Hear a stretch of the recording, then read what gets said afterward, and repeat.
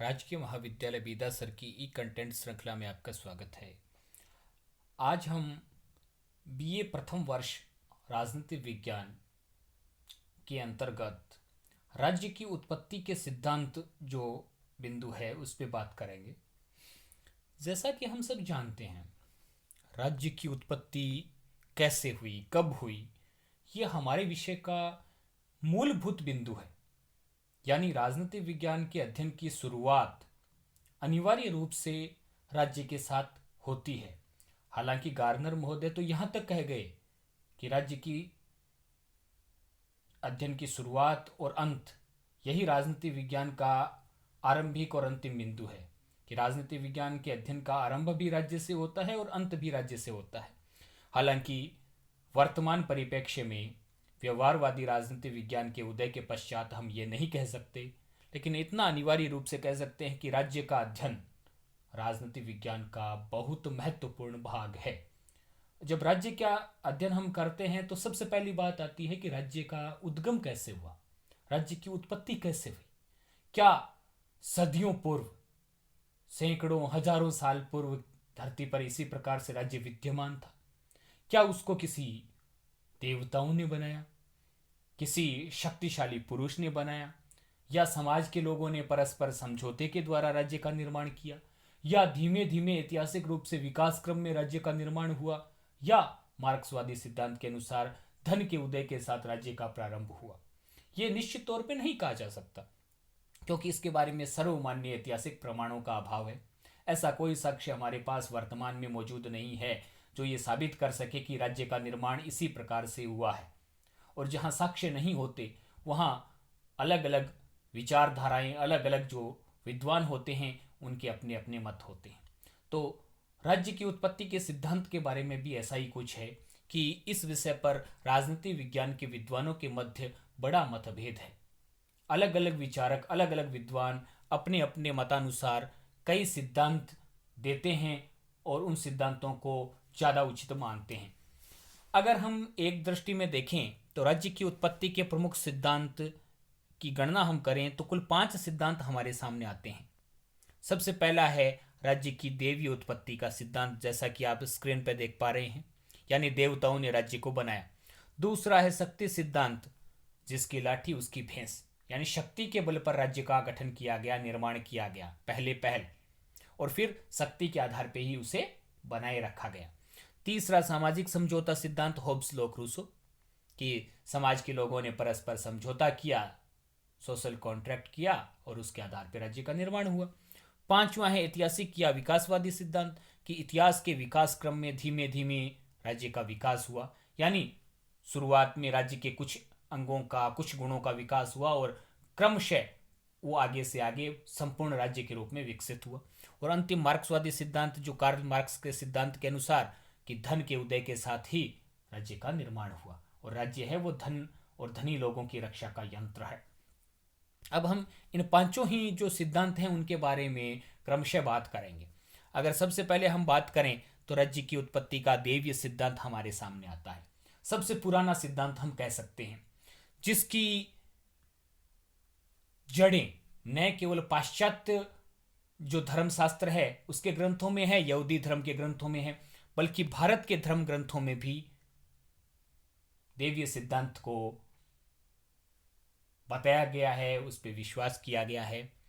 इसके प्रमुख समर्थकों की अगर हम सूची देखें तो रॉबर्ट ऑगस्टाइन है, रॉबर्ट फिल्मर है, ऑगस्टाइन है, एक्विनास है, जेम्स प्रथम है, यहूदी धर्म ग्रंथ है, हिंदू धर्म ग्रंथ है, महाभारत, मनुस्मृति इत्यादि। इन सभी में देवी उत्पत्ति के सिद्धांत को माना गया है, इसका समर्थन किया गया है। अब इसकी प्रमुख विशेषताएं अगर हम देखें तो सबसे पहली विशेषता है इसकी, राजा ईश्वर की देन है, राजा पद की स्थापना ईश्वर द्वारा की गई है। दूसरा है राजा ईश्वर का प्रतिनिधि है। जब राज्य का निर्माण ईश्वर ने किया तो अनिवार्य रूप से दूसरा इसका गुण हो गया कि राजा ईश्वर का प्रतिनिधि है, और इस कारण से राजा में ईश्वर के गुण भी हैं। और जब ईश्वर के गुण राजा में है तो निश्चित तौर पे चौथा क्या आएगा, उसका विरोध करने का हमें अधिकार नहीं है, क्योंकि ईश्वर का विरोध हम नहीं कर सकते। ये हमारी प्राचीन मान्यता की बात कर रहे हैं। तो ये क्रमशः एक दूसरे से जुड़े हुए हैं। आप इसके अंदर घुस के अगर देखेंगे तो आपको ये पता चल जाएगा कि भाई ये जो विशेषताएं मैं बता रहा हूं ये अलग अलग नहीं है। राजा का पद ईश्वर ने बनाया, इसलिए राजा ईश्वर का प्रतिनिधि है, उसमें ईश्वरीय गुण हैं और इसके कारण से जनता द्वारा उसका विरोध करना निषेध है। और जब किसी का विरोध नहीं करेंगे तो क्या होगा, उसके पास निरंकुश शक्तियां हैं, राजा के पास मनमानी शक्तियां हैं। और इसके अंतर्गत राजा पर सिवाय धर्म शास्त्र के अन्य किसी प्रकार का अंकुश नहीं है। लेकिन चूंकि धार्मिक राज्य की अवधारणा इसके साथ मेल खाती है, इसलिए धर्म और राजनीति को ये मिश्रित करता है। तो ये कुछ इसकी प्रमुख विशेषताएं हैं। अब बात करें हम आलोचनाओं की। आलोचनाओं में सबसे पहली आलोचना बड़ी तर्कसंगत आलोचना है कि ये पूरा का पूरा सिद्धांत अप्रामाणिक है। इतिहास में हमें कहीं ऐसा कोई प्रमाण नहीं मिलता कि फलाने सन में फलानी शताब्दी में किसी ईश्वर के द्वारा, किसी भी धर्म के ईश्वर के द्वारा राजा का पद स्थापित किया गया। इसका कोई पुख्ता प्रमाण नहीं है, तो अप्रामाणिक है, अतार्किक है, तर्कशास्त्र की दृष्टि से भी ये खरा नहीं उतरता। दूसरा, निरंकुश और अत्याचारी राज्य की स्थापना का ये मार्ग प्रशस्त करता है। अगर हम इस सिद्धांत को पूर्ण रूप से लागू करें तो इसका एकमात्र परिणाम होगा हिटलर की तरह निरंकुश शासन। क्यों? क्योंकि जब राजा का विरोध नहीं हो सकता, राजा के विरुद्ध कोई बोल नहीं सकता, तो सीधा सा इसका तात्पर्य हुआ कि वो निरंकुश हो गया। तो निरंकुश शासक का जनक इस सिद्धांत को कहा जा सकता है। धर्मनिरपेक्ष राज्य जो वर्तमान की एक बहुत बड़ी विशेषता है, इसके ठीक विपरीत ये है, क्योंकि ये धर्म और राजनीति को मिश्रित करता है। तो वर्तमान समय में इसकी उपयोगिता इसीलिए खत्म हो चुकी है। इसके अलावा लोकतंत्र में एक बहुत बड़ा मजाक भी हम इसे कह सकते हैं। लोकतंत्र में अलग अलग लोग चुनाव लड़ते हैं, तो हम कैसे उनमें से ये पता कर सकते हैं कि फलाने प्रतिनिधि में राजा, या आपने कह सकते हैं प्रधानमंत्री राष्ट्रपति के प्रतिनिधि में ईश्वर के गुण हैं और इसमें नहीं है? ऐसा कोई मापदंड नहीं है, क्योंकि लोकतंत्र में सब इक्वल है, बराबर है। तो लोकतंत्र की दृष्टि से यह सिद्धांत पूर्ण रूप से निरर्थक और भोंडा है। इसके अलावा राजा के द्वारा इसके अंदर जो निरंकुश शक्तियां हैं ये पूर्ण रूप से अस्वीकार्य है, और इतिहास में इसका बड़े पैमाने पर दुरुपयोग हुआ है।